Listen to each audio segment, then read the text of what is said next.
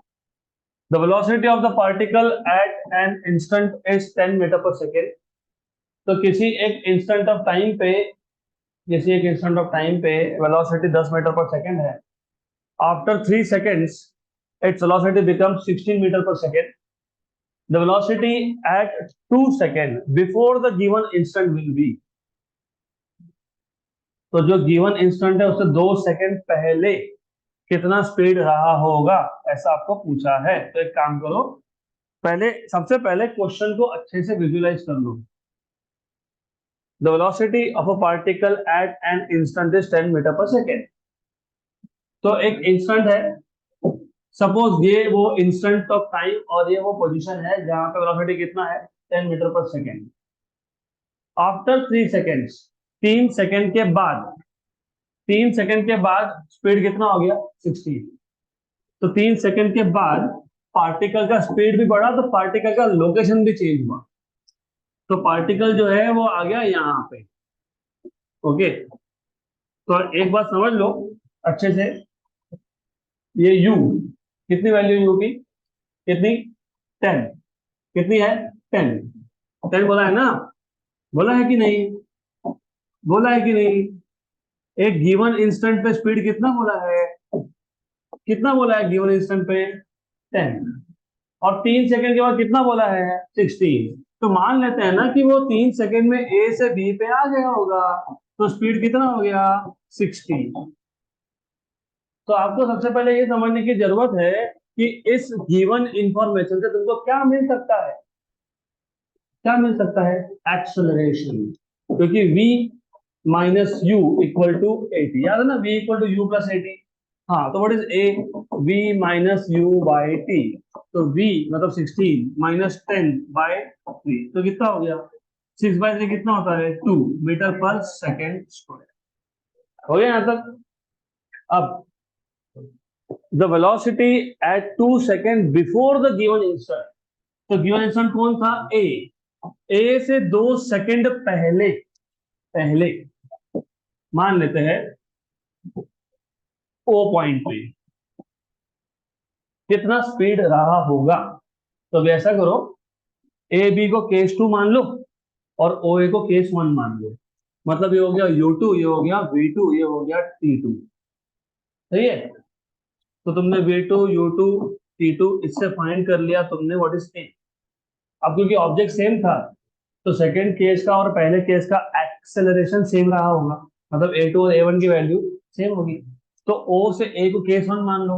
तो केस 1 का initial speed u1 वो पूछा है, और केस 1 का फाइनल स्पीड v1। लेकिन केस 1 का फाइनल स्पीड केस 2 का क्या है, इनिशियल है। तो तुम्हारे पास इन शॉर्ट, हमने पहले सॉल्व किया a टू b, अब हम लोग सॉल्व कर रहे हैं o टू a। मतलब इन शॉर्ट तुम्हारे पास v1 की वैल्यू है u2 कितनी है, कितनी है, 10। और टाइम की वैल्यू भी है, कितनी है, 2 बराबर। और पूछा क्या है, क्या पूछा है, क्या पूछा है, u1। और तुम्हारे पास a की वैल्यू भी है, कितनी है a की वैल्यू, 2। तो कैसे फाइंड करोगे, सेम फॉर्मूला, कैसे फाइंड करोगे, v equal to u plus 80, 1 1 and 1। What is v1, what is v1, 10। u1 तो फाइंड ही करना है, व्हाट इज a, 2। और ये, तो व्हाट इज u1, 10 माइनस 4 मतलब कितना, 6 मीटर पर second. Option number 1। Next question. अब ये क्वेश्चन करना तो है नहीं हमको, क्यों नहीं करना है, क्योंकि 2-3 बार रिपीट हो गया ये, 5:9। हाँ, तो जो क्वेश्चन हो गए, और होता है रिपीट हो जाते हैं कभी कभी। अगला क्वेश्चन, हाँ दिस इज समथिंग न्यू, तो यहाँ ध्यान दो, यहाँ ध्यान दो। A body initially at rest, तो बॉडी इनिशियली रेस्ट पे था, मतलब u की वैल्यू 0 थी, is moving with uniform acceleration. तो a की वैल्यू कांस्टेंट है। Its velocity after n seconds is v, n seconds के बाद वेलोसिटी v है। The displacement of the body is fast 2 second is fast in last, हाँ, in last 2 second is. तो question में correction भी आपको समझ में आने चाहिए। इस फास्ट 2 सेकेंड कुछ नहीं हो सकता, इन लास्ट 2 सेकेंड हो सकता है। तो क्वेश्चन ऐसा है, एक बॉडी था, एक बॉडी था जो रेस्ट पे था। सबका ध्यान यहाँ पे होना चाहिए। बॉडी था रेस्ट पे, इनिशियल वेलोसिटी था मतलब 0, उसका एक्सेलरेशन है यूनिफॉर्म मतलब कांस्टेंट, n सेकेंड के बाद स्पीड हो गया v। ओके, डिस्प्लेसमेंट लास्ट के 2 सेकेंड में कितना, ऐसा पूछा है, लास्ट के 2 सेकेंड में। अभी आप सोचो कि अगर मैं इमेजिन करता हूँ, ओके, क्या इमेजिन करता हूँ पहले तो समझ लेना। n सेकेंड्स में टोटल डिस्टेंस कितना कवर होगा, n सेकेंड्स में, चलो t सेकेंड्स में कितना होगा। What is the distance travelled by an object in t seconds, ut plus 1/2 at square. So what is the distance traveled by body in n seconds? un plus 1/2 an square. उसमें से तो u 0 है क्योंकि initial speed is 0। So what is distance traveled by the body in n seconds? Half an square। सही है, बराबर। आपको पूछा क्या, आपको पूछा कि लास्ट के 2 सेकेंड में, अगर मैं टोटल टाइम 10 सेकेंड मान लेता हूं तो आखिरी के 2 सेकेंड मतलब 9th एंड 10th, है ना। तो कहना है डू दिस, 10 सेकेंड में डिस्टेंस कितना और 8 सेकेंड में कितना, दोनों को माइनस कर दिया तो मिल जाएगा, मिलेगा ना। मैंने अगर आपको बोला कि एक बॉडी है, वो 10 सेकेंड के लिए मूव हो रहा है, 10 सेकेंड के लिए मूव हो रहा है, और आपसे पूछा कि आखिरी 2 सेकेंड में कितना डिस्टेंस ट्रेवल किया, तो क्या हम ऐसे कर सकते हैं क्या कि 10 सेकेंड में फाइंड कर ले डिस्टेंस और 8 सेकेंड में कर ले और दोनों को माइनस कर दे, चलेगा क्या ऐसा, चलेगा ना। ऐसा करना ही पड़ता है, नहीं तो आंसर ही नहीं आएगा। तो एक बात बताओ, अगर n सेकेंड का मोशन है और मुझे लास्ट के 2 सेकेंड में डिस्टेंस पूछा है तो क्या करेंगे, n सेकेंड्स का डिस्टेंस फाइंड करेंगे और n-2 का फाइंड करेंगे और इन दोनों को क्या करेंगे, सबट्रैक्ट करेंगे। लेकिन छोटा सा प्रॉब्लम है, प्रॉब्लम ये है कि दोनों ही केसेस में तुमको a मतलब एक्सेलरेशन की वैल्यू लगने वाली है, क्योंकि आंसर में कहीं पे भी a नहीं दिख रहा। फिर वो a कहां से आएगा, वो जो इन्फॉर्मेशन दी थी आपको, क्या इन्फॉर्मेशन दी थी कि इनिशियल वेलोसिटी 0 है और n सेकंड के बाद कितना हो गया, v हो गया। तो फिर क्या करोगे, v equal to you plus AT, बराबर। v इक्वल टू यू कितना, 0, एटी, t कितना n। तो यहां से तुमको क्या मिल गया, v equal to a n, मतलब a क्या मिल जाएगा, v बाई एन। अब कितने को v by n, v by n, v by n, v by n, मतलब समवॉट करेक्ट। Okay, good. तो अभी आ जाते हैं क्वेश्चन पे। n सेकेंड्स में डिस्टेंस ट्रेवल इन n, ये SN वाला फॉर्मूला मत समझना है इसको, नहीं तो लिख दोगे SN equal to you plus a by two, 2n-1, वो नहीं है, ये वो नहीं है, वो S equal to u t plus 1/2 at square, u 0 था तो S equal to half at square.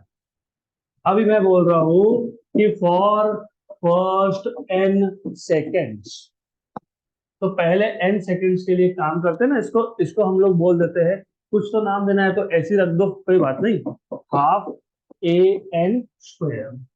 तुमको क्या पूछा था, आखिरी के 2 सेकेंड में कितना डिस्टेंस, तो एक काम करेंगे, पहले n-2 में कितना डिस्टेंस है वो देख लेते हैं। तो फॉर n-2, लास्ट के 2 सेकेंड का अगर डिस्टेंस फाइंड करना है तो टोटल डिस्टेंस में से n-2 का डिस्टेंस क्या करोगे, सबट्रैक्ट करोगे। इसको s डैश बोल देते हैं, s डैश। u तो 0 ही था, half a, what is t, what is t, ये n था, वो कितना होगा, n-2 स्क्वायर, बराबर, बराबर। तो therefore distance travelled in last 2 seconds कैसे फाइंड करेंगे, s minus S dash. What is s, half a, आगे N square minus half A N minus two का स्क्वायर। Very good. तो जो कॉमन निकलता है निकाल लो। हाफ ए आ गया कॉमन, क्या बचा? N square minus n minus two का स्क्वायर। इसको सॉल्व करो। What is a? V by n. N square, what is n minus two whole square? N square minus two n plus four, ऐसे होता है ना? पक्का? तो n square minus two n plus four. अब मैं जब ब्रैकेट ओपन कर दूंगा तो half v by n, n square minus n square plus two n minus four. N square cancel, तो क्या आ गया? V by two n, v by two n, ये टू एन माइनस फोर में two common निकाल देंगे, चलता है ना? तो क्या बचा? तो क्या आ गया आंसर? क्या आ गया? v into n minus two by ten. है क्या ऐसा? नहीं है ना? हाँ तो नहीं है तो फिर करेक्शन होगा। Four, four four. हाँ ये टू इंटू टू, ये टू इंटू टू है ना? हाँ ओके। हाँ वो एन माइनस वन स्क्वायर अपन हमने लिख दिया था, तो कोई बात नहीं, फिर आ जाएगा आंसर। अभी आ जाएगा, अभी आएगा, रुको रुको गाई नहीं। तो अभी क्या कॉमन निकलेगा इधर से? फोर। तो अभी क्या आएगा? One and two. तो क्या आएगा answer? Two b into n minus one upon n. अभी है क्या ऐसा?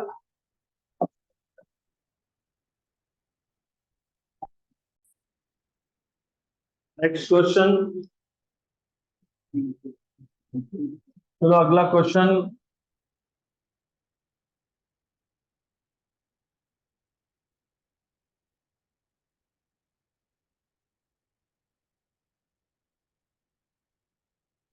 Okay, missing, again missing, why? Just a minute. तो क्वेश्चंस तो है लेकिन दिख नहीं रहे। ट्वेल्थ, थर्टीन, चलो कोई बात नहीं, एक मिनट। तो अगला question, question number 13। A girl standing on a stationary lift open from above. एक स्टेशनरी लिफ्ट है जो ऊपर से ओपन है। Throws a ball upwards with initial speed 50 meter per second. Throw the ball upwards with initial speed 50 meter per second. The time taken by the ball to return to her hand is, तो ball को वापस से उसके हाथ तक आने में कितना टाइम लगेगा, ऐसा पूछा है। इस पूरे के पूरे क्वेश्चन में लिफ्ट का कोई भी रिलेशन नहीं है, काम ही नहीं। फिर क्यों दिया है? कंफ्यूज करने के लिए।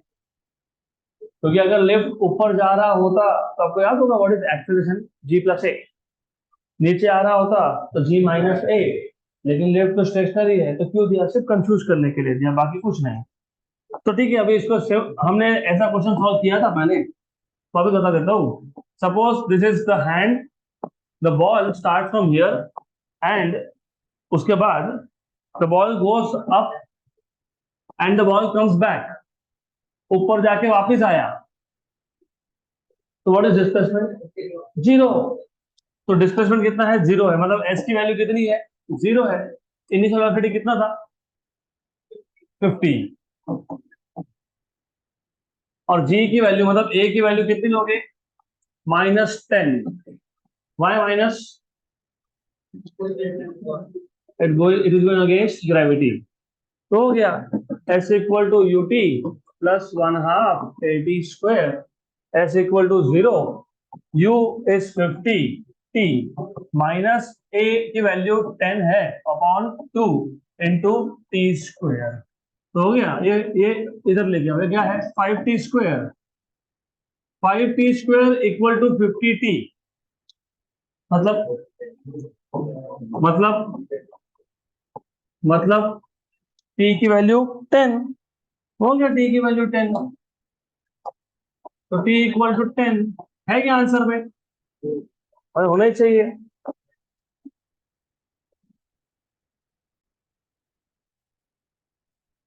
One last question for today. अरे वापस मिसिंग है, रुको। नहीं, और एक क्वेश्चन तो लेना ही पड़ेगा। We will take one more question.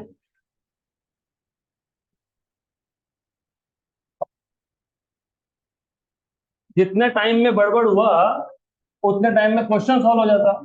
चलो tell me, what do you know about family of parabolas? मैंने मैंने आपको इंट्रोड्यूस करवाया था ना? अरे करवाया था।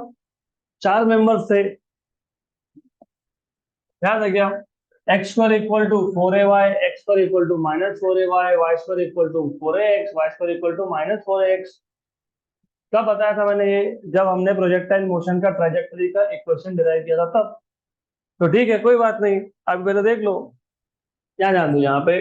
अ बॉडी स्टार्टिंग फ्रॉम रेस्ट, मतलब u equal to 0, move along a straight line with constant acceleration, the variation of speed v with distance s is given bye.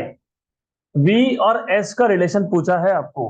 किसका? v और s का। तो कैसे करेंगे, कैसे करेंगे? v square equal to u square plus 2as। What is u 0? तो v square equal to 2as, बराबर ना? अब ये ग्राफ तो किसी भी एंगल से लीनियर नहीं हो सकता, क्योंकि v का पावर 2 है, तो इट कैनॉट बी लीनियर। अगर v इक्वल टू 2as होता, v इक्वल टू 2as होता, तो ये आ जाता y इक्वल टू mx वाला फॉर्म, क्योंकि v मतलब y एक्सिस, s मतलब x एक्सिस, तो 2a मतलब कांस्टेंट।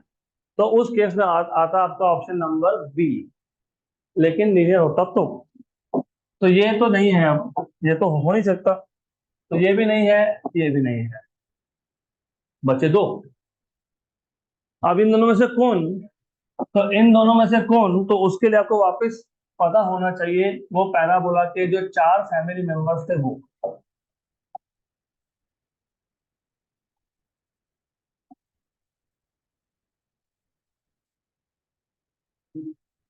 Do you remember? याद है कि ये, याद है? इसका इक्वेशन याद है? नहीं, इक्वेशन इसका याद है? इक्वेशन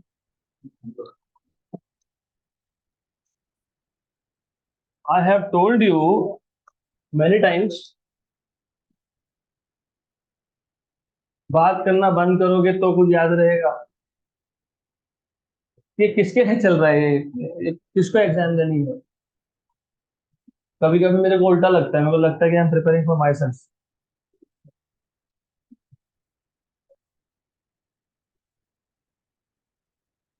तुम जितने भी फीस भरते हो इधर, जो भी भरा होगा, डिवाइड बाय 100 कर लेना। मैं बताओ क्यों? अगर आपने 18,000 भरा है, डिवाइड बाय 100 कर लो, कितना हो गया? अरे ऊपर 18,000 था, नीचे 100 है, दो जीरो उड़ा दो, कितना हो गया? 180। 180। How many days are there in an year? 365। चलो 365 को राउंड ऑफ 360 कर लेते हैं, डिवाइड बाय 2 करो, 180। बराबर। मैंने 100 से डिवाइड करने के लिए क्यों बोला था? क्योंकि एवरेज पिक्चर देखने का 100 रुपीज खर्चा होता है टिकट मूवी थिएटर में। और 360 डिवाइड 2 क्यों बोला? क्योंकि तुम हर 2 दिन में एक बार भी गए ना, अल्टरनेट डे, एक दिन छोड़ के एक दिन, मतलब तुम्हारा साल भर का जितना तुमने फीस भरा उतना तुम्हारा साल भर में 180 पिक्चर देखते होंगे। आज देखना, फिर कल छोड़ना, फिर परसों देखना। और वहां पर तुम आराम से एसी में बैठोगे, लाइट्स भी ऑफ होंगे, कुछ लिखना भी नहीं पड़ेगा, कोई पढ़ाएगा भी नहीं। वहां पर तुम खाओ, कोई मना नहीं, सो, कोई मना नहीं, मूवी देखते देखो। I am giving you very good suggestion. अगर तुमको बातें ही करनी है तो फिर इधर फीस भर के क्यों आना है? Very logical. तुमको अगर पढ़ना है तो फिर आओ, नहीं तो। अरे 18,000 में तुम्हारा कम से कम, कम से कम 180 मूवीज हो जाता है साल भर, तो कोई बोलने वाला भी नहीं होता कि क्यों बात कर रहे हो। बराबर। तो अब ये याद रखना, मतलब इधर बात करने नहीं आए हो। तुमको मैंने बताया था चार equation, y square equal to 4ax, वाई square equal to minus 4ax। मैं फिलहाल एक्स स्क्वायर वाली बात ही नहीं करूंगा, क्योंकि मैंने तुमको बताया था Y square equal to 4ax या फिर y square equal to minus 4ax, x का पावर वन, तो यहाँ पे भी इमेजिन कर लो। क्या करोगे? Power one. मतलब ये जो दो इक्वेशंस है, ये दो इक्वेशंस कौन से हैं? Y square equal to 4ax और y square equal to minus 4ax, क्योंकि एक्स का पावर वन और यहाँ पे मैंने इमेजिन करके रखा था वन। तो ये जो ग्रीन में दिखाया है ना, वो Y square equal to 4ax वाला है। क्यों? क्योंकि फर्स्ट और थर्ड फोर्थ क्वाड्रेंट में एक्स की वैल्यू पॉजिटिव होती है। और y square equal to minus 4ax मतलब ये येलो। सही है। इसका तो कुछ काम ही नहीं है, हमारे लिए इसका कुछ काम ही नहीं है। क्यों? तो कहाँ पर नेगेटिव आया? नेगेटिव आया क्या? नहीं ना, पॉजिटिव आया। तो we square equal to 2as। तो v की जगह पे मैं y लिखूं तो क्या आएगा? Y square equal to 2a, s जगह पे लिखूंगा तो x, तो Y square equal to 2ax, मतलब Y square equal to 4ax जैसा आ गया। सिर्फ यहाँ पे कांस्टेंट 2a है, वहां पे कांस्टेंट 4a है। बराबर? करेक्ट? पक्का पक्का? सही है ना? अभी दिक्कत सिर्फ इतनी है, हमेशा पूरा ही स्ट्रक्चर मिलेगा ऐसा नहीं है। नॉट नेसेसरी कि तुमको पूरा ही पैराबोला मिलेगा, नहीं मिलेगा पूरा। अभी ऐसा क्यों किया? भाई तुम्हारे पास जो चार ग्राफ थे उसमें कौन सा क्वाड्रेंट दिखा है? पहला पहला पहला पहला। तो मेरा फोकस कहाँ होना चाहिए? First quadrant. बताओ आंसर। खत्म, आंसर डन। एंड।